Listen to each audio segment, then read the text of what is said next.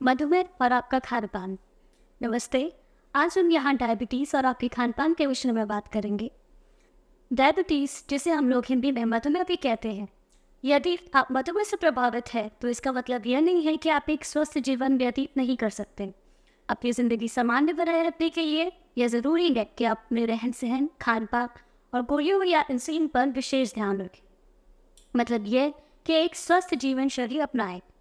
एक स्वस्थ जीवन शैली के 3 उद्देश्य हैं: अपनी लंबाई और गतिविधि के अनुसार आदर्श वजन रखना, एक संतुलित आहार लेना जिससे सभी पोषक तत्व मिल सके, और दोनों से अपना शुगर नियंत्रित करके मधुमेह से होने वाली जटिलताओं से बच सके। एक स्वस्थ जीवन शैली का मुख्य भाग है आपका भोजन। डायबिटीज से ग्रसित व्यक्ति और एक सामान्य व्यक्ति के भोजन में कोई अंतर नहीं है। सभी के लिए एक संपूर्ण आहार लेना और निर्धारित कैलोरी के हिसाब से भोजन करना आवश्यक है। एक डायबिटीज आहार में आप लगभग सभी खाद्य पदार्थ खा सकते हैं। किसी एक की भी कमी या पति हानिकारक हो सकती है। हमारा भोजन कार्बोहाइड्रेट, प्रोटीन, वसा, विटामिन, खनिज पदार्थ, रेशे और पानी से बना होता है। आइए अब देखते हैं कि ये क्या है और किन खाद्य पदार्थों में पाए जाते हैं। पहला मुख्य तत्व है कार्बोहाइड्रेट। हमारे लिए यह ऊर्जा का मुख्य स्रोत है। यह 2 प्रकार की होते हैं। पहला होता है सिंपल शुगर्स, जो रक्त में तेजी से शुगर बढ़ाता है, जैसे कि चीनी, गुड़, मिठाई, शहद, सभी प्रकार के फलों के रस और कोल्ड ड्रिंक। और दूसरा है कॉम्प्लेक्स शुगर्स, जो मध्यम गति से शुगर बढ़ाते हैं, जैसे रोटी, चावल, फल, सब्जी, दूध इत्यादि। भोजन का दूसरा मुख्य तत्व है प्रोटीन। यह आपके शरीर के सही विकास और मांसपेशियों की देखभाल के लिए आवश्यक है। प्रोटीन 2 प्रकार के स्रोतों से मिलता है। पहला शाकाहारी स्रोत, जैसे दालें, दूध, दही, पनीर, और मांसाहारी स्रोत जैसे कि मीट, मछली, मुर्गा और अंडा। अब तीसरा मुख्य तत्व वसा। वसा के सेवन से कार्बोहाइड्रेट और प्रोटीन की तुलना में दुगनी कैलोरीज प्राप्त होती है। वसा से आवश्यक फैटी एसिड प्राप्त होती है, और फैटी एसिड्स के आधार पर वसा को 3 वर्गों में बांटा गया है। पहला मूफा, मतलब मोनोअनसैचुरेटेड फैटी एसिड्स, जैसे सरसों का तेल, सोयाबीन का तेल, तिल का तेल व अन्य। दूसरा पूफा, मतलब पॉली अनसैचुरेटेड फैटी एसिड्स, जैसे सूरजमुखी का तेल और मूंगफली का तेल व अन्य। तीसरा सैचुरेटेड फैटी एसिड्स, जैसे कि घी, मक्खन, दूध की मलाई, अंडे का पीला भाग, मीट की चर्बी, नारियल तेल व अन्य।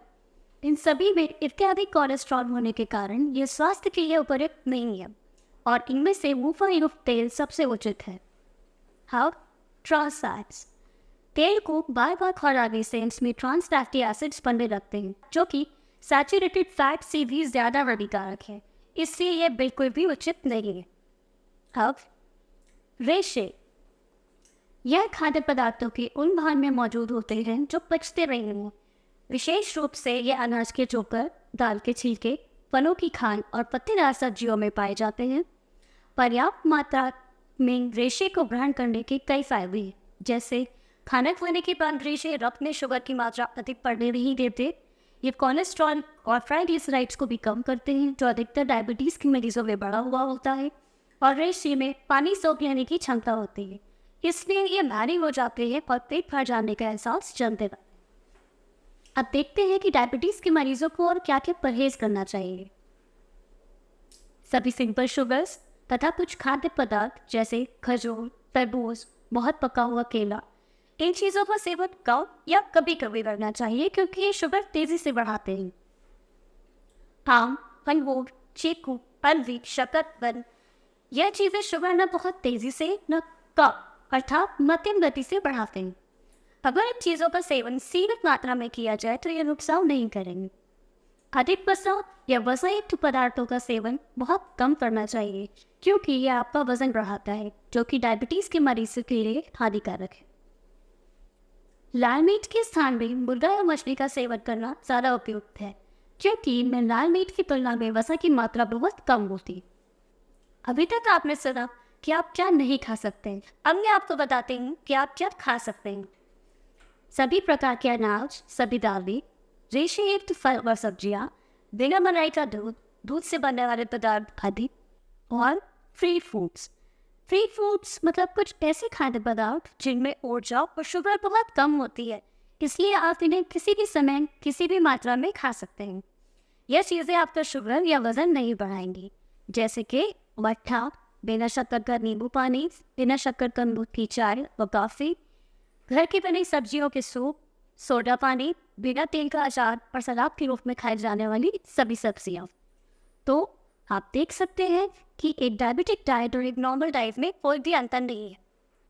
अब मैं आपको खान पान संबंधित कुछ ज़रूरी निर्देश दूंगी जिन्हें ध्यानपूर्वक सुनें। सबसे पहले, उपवास ना रखें या एक समय पर सामान्य से अधिक भोजन ना करें, क्योंकि आपको दी जाने वाली गोलियां या इंसुलिन निर्धारित मात्रा की शुगर को ही नियंत्रित करते हैं। इसलिए दैनिक भोजन को निर्धारित मात्रा में बांटकर खाना चाहिए, जैसे कि सुबह का नाश्ता, दोपहर का खाना और रात का खाना। तला भोजन और बाहर के भोजन से परहेज करना चाहिए, क्योंकि इनमें तेल की मात्रा अधिक होती है, और घर के बने भोजन को महत्व दें।